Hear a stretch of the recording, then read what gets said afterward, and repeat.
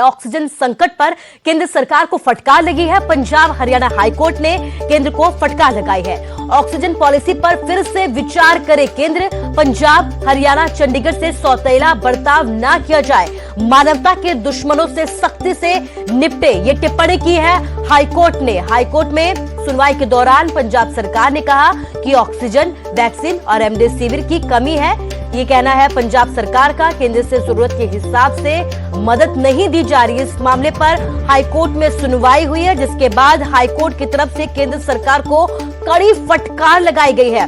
Punjab Haryana high court ने केंद्र सरकार को फटकार लगाई है। ऑक्सीजन पॉलिसी को लेकर फटकार लगाई गई है। ऑक्सीजन पॉलिसी पर फिर से केंद्र को विचार करना चाहिए। पंजाब हरियाणा और चंडीगढ़ से किसी भी तरीके का सौतेला बर्ताव नहीं किया जाना चाहिए। मानवता के दुश्मनों से सख्ती से निपटने की कोशिश हो। हाईकोर्ट में सुनवाई के दौरान पंजाब सरकार ने भी अपना पक्ष रखा। पंजाब सरकार ने कहा कि ऑक्सीजन, वैक्सीन और रेमडेसिविर की कमी है पंजाब में। इसके साथ ही केंद्र से जरूरत के हिसाब से दवाई और ऑक्सीजन नहीं मिल रही है। ये पक्ष पंजाब सरकार की तरफ से रखा गया, जिसके बाद हाईकोर्ट ने केंद्र सरकार को कड़ी फटकार लगाई है। आपको बता दें कि इससे पहले सुप्रीम कोर्ट हो या फिर दिल्ली हाईकोर्ट या अहमदाबाद हाईकोर्ट, अभी तक कई जगहों से केंद्र सरकार को फटकार लगाई जा चुकी है और अब पंजाब हरियाणा की हाईकोर्ट ने भी केंद्र सरकार को यहां फटकार लगाई है।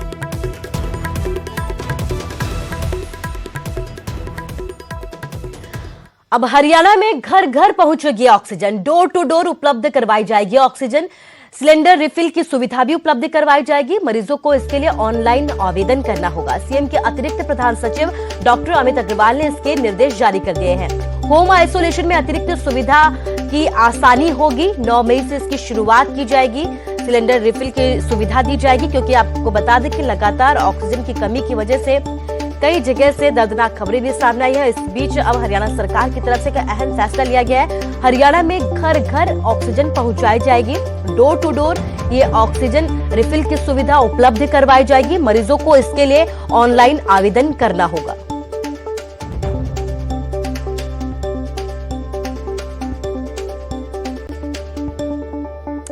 इस बीच हरियाणा में लॉकडाउन तो लगा है, लेकिन कोरोना का कहर थमने का नाम नहीं ले रहा है। 13,867 नए केस सामने आए हैं। पिछले 24 घंटे में 162 मरीजों ने दम तोड़ दिया है। गुरुग्राम की अगर बात करें तो लगातार यहां से केस ज्यादा सामने आ रहे हैं। 3,588 नए केस दर्ज किए गए हैं। 17 लोगों की मौत हो गई है। हिसार में 1,143 नए केस दर्ज किए गए हैं। 22 लोगों की मौत हो गई है। पानीपत में 498 नए केस सामने आए हैं। 21 लोगों की मौत हो गई है। फतेहाबाद की अगर बात करें तो 404 नए केस सामने, 18 लोगों की यहां पर भी मौत हो गई है। 1,587 नए केस फरीदाबाद से सामने आए हैं। 8 लोगों की मौत हुई है। सोनीपत की अगर बात करें तो 1075 नए केस सामने आए हैं। भिवानी में 74 नए केस सामने आए हैं। करनाल में 500 नए केस सामने आए हैं। अंबाला की अगर बात करें तो 407 नए केस सामने आए हैं। लेकिन इस बीच बड़ी बात यह है कि अब बड़ी संख्या में लोग कोरोना को मात भी दे रहे हैं। ऐसे में हमारी आपसे ये अपील है कि अपने घर में रहे, सुरक्षित रहे, सावधानी बरते, क्योंकि केस लगातार बढ़ते जा रहे हैं। लेकिन इस बीच अच्छी बात यह भी है कि कोरोना को जो मात दे रहे हैं जो लोग, ऐसे लोगों की संख्या भी लगातार बढ़ती जा रही है। तो पिछले 24 घंटे का हमने आपको हाल बताया। 162 मरीजों की मौत हो गई है हरियाणा में। लगातार आंकड़े बढ़ते जा रहे हैं। गुरुग्राम की अगर बात करें तो 3,588 नए केस सामने आए हैं और ऐसे लोगों की संख्या भी बहुत ज्यादा है गुरुग्राम में, जिन लोगों ने कोरोना को मात दी है। हमारे संवाददाता धर्मवीर शर्मा हमारे साथ गुरुग्राम से लाइव जुड़ गए हैं। धर्मवीर, लगातार केस सामने आ रहे हैं, लेकिन आज आपसे ऐसे लोगों के बारे में भी जानना चाहेंगे जिन्होंने कोरोना को मात दी है। बिल्कुल, देखिए पिछले 24 घंटे में पूरे हरियाणा की अगर हम बात करें तो 13,867 जो मामले हैं वो सामने आए हैं। लेकिन अच्छी बात ये भी रही है कि इसी में 13,584 लोग ऐसे भी रहे हैं जो ठीक हुए हैं, यानी कि जो रिकवरी है वो अच्छी खासी हो रही है। गुरुग्राम की अगर मैं बात करूं तो 3500 से ज्यादा जो मामले हैं वो कल सामने आए, लेकिन ठीक होने वालों की संख्या उससे कहीं ज्यादा रही। 4253 लोग जो है कल ठीक हुए हैं। हालांकि 17 दुखद मौत भी गुरुग्राम में हुई हैं। पूरे हरियाणा की अगर हम बात करें तो 162 मौत कल देखने को मिली हैं और सबसे ज्यादा जो मौत कोरोना से हुई है वो 22 वो हिसार जिले में हुई है। उसके बाद पानीपत में 21 है, उसके बाद गुरुग्राम में 17 है, फतेहाबाद में 18 है। ये ऐसे जिले रहे हैं जहां सबसे ज्यादा लोगों की दर्दनाक मौत की वजह से हुई है। लेकिन रिकवरी रेट जो है वो धीरे धीरे ठीक हो रहा है। गुरुग्राम बड़ा चिंता का एक तरह से जिला बना हुआ था हरियाणा सरकार के लिए।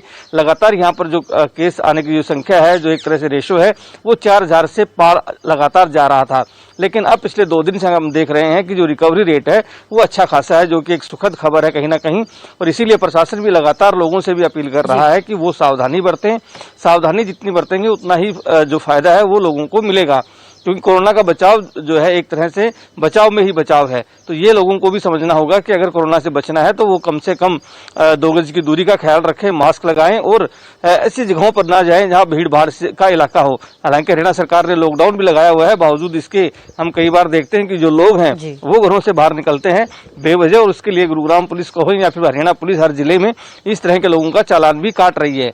तो हम ये कह सकते हैं कि पिछले 24 घंटे में जिस तरह से मरीजों की संख्या बढ़ी है हरियाणा में, उसी तरह से रिकवरी भी अच्छी खासी हुई है। 13,000 के पार नए केस आए हैं, तो 13,000 के पार ही जो लोग हैं वो ठीक भी हुए हैं। कुसुम जी धर्मवीर, बहुत अच्छी जानकारी आपने दी है। इस तमाम जानकारी के लिए आपका शुक्रिया कहना चाहूंगी। तो देखिए जिस तरीके से आंकड़े बढ़ रहे हैं, फिर चाहे वो मौत का आंकड़ा हो या नई केस का आंकड़ा हो, लेकिन इस बीच अच्छी बात यह है कि जो रिकवरी हो रही है वो भी बड़ी ही तेजी के साथ हो रही है। लोग बड़ी ही तेजी के साथ ठीक हो रहे हैं। हालांकि जो मौत की खबरें सामने आ रही है, इन मौत की खबरों से हमें डरना नहीं है, सबक लेना है, और जो लोग ठीक हो रहे हैं उनसे हमें हौसला बांधना है। तो केस लगातार सामने आ रहे हैं, लेकिन अच्छी बात यह है कि लोग ठीक भी हो रहे हैं।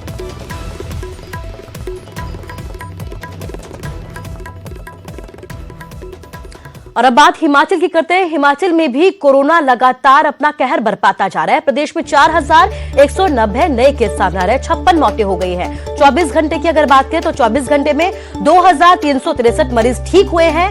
29,513 तक अब आंकड़ा पहुंच चुका है। इसके साथ ही एक्टिव मामलों की जो हम बात बता रहे हैं आपको, वो 29,513 है प्रदेश में, और अब तक 1,780 लोगों की यहां पर मौत भी हो चुकी है। तो हिमाचल का हम आपको हाल बता रहे हैं, जहां पर बड़ी ही तेजी के साथ आंकड़े बढ़ रहे हैं। तो अच्छी बात यह भी है कि ठीक होने वालों की संख्या भी यहां पर भी लगातार बढ़ती जा रही है। पिछले 24 घंटे में 4190 नए केस सामने आए हैं, तो पिछले 24 घंटे में ही 2363 मरीज ठीक भी हुए हैं।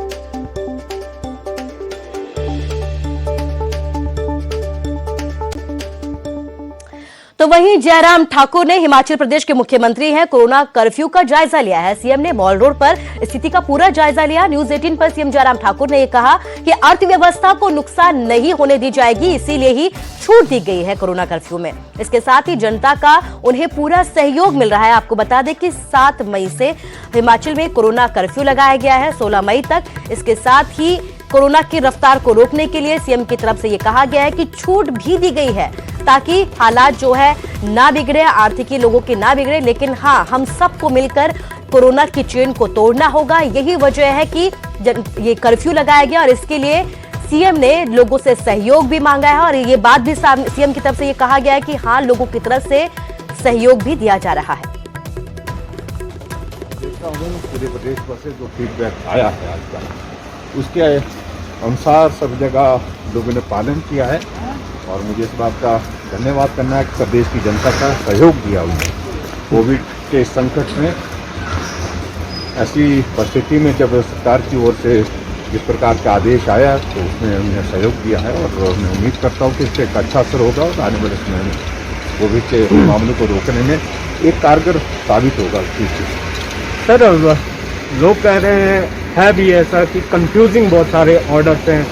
अगर आप बसों में जाते हैं तो धारा 144 हट जाए। लोगों के कंफ्यूजन को कुछ लोगों ने, कुछ बुद्धिजीवी लोग हैं जो उस तरह से क्रिएशन करते हैं। लोग कोई भी कंफ्यूज नहीं है बसों में पहले से, क्योंकि जब हमने कहा कोरोना कर्फ्यू है, और कोरोना कर्फ्यू के अंतर्गत कुछ रिलैक्सेशन, कुछ रिस्ट्रिक्शंस, ये चीज़ों का प्रावधान उसमें किया गया है।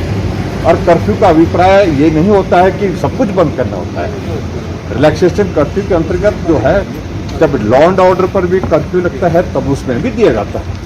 तो ऐसी सूरत में ये विशेष तौर से विशेष परिस्थितियों का ही कर्फ्यू जो हमने लगाया है, जिसका नाम ही कोरोना कर्फ्यू दिया है, लोगों को इस बात को समझना चाहिए कि बसों में जब लोग जाएंगे तो स्वाभाविक रूप से हमने बसों की बाकायदा उसकी परमिशन दी है 50% ऑक्यूपेंसी। जो पैदल चलने वाले लोगों की बात हुई, भीड़ वाले लोगों की बात हुई है, वहाँ 44 लागू निश्चित रूप से उसका वो एक संदेश है उस दृष्टि से। इसलिए लोग जो कंफ्यूज करने की कोशिश कर रहे हैं वो अपने आप में कंफ्यूज है। सर ये भी देखा जा रहा है कि मंडी से ही देखिए, इन बातों को लेकर के जिस तरह के प्रेसिडेंट जो है अपना वर्षन रखने की कोशिश कुछ लोग कर रहे हैं, किसी तरीके से कर रहे हैं, मैं उनके बारे में कोई टिप्पणी नहीं करना चाहता हूँ। हमने बड़ा स्पष्ट कहा है इकोनॉमिक एक्टिविटी चलनी चाहिए। एक मजदूर के लिए मजदूरी उसके लिए परिवार को पालने का एक साधन है, एक माध्यम है, उसका काम होना चाहिए कि नहीं होना चाहिए, निश्चित रूप से होना चाहिए। दूसरी बात, हमारे डेवलपमेंटल प्रोजेक्ट्स जो वो भी होने चाहिए। जहाँ कोई प्रोजेक्ट पुल का काम लगा है, सड़क का काम लगा है, भवन का काम लगा है, पिछले साल लॉकडाउन के कारण जो है कितना प्रभाव पड़ा, सारे प्रोजेक्ट हमारे डिले हुए, तो वो भी समय पर होने चाहिए। इसलिए डेवलपमेंटल एक्टिविटी चलनी चाहिए।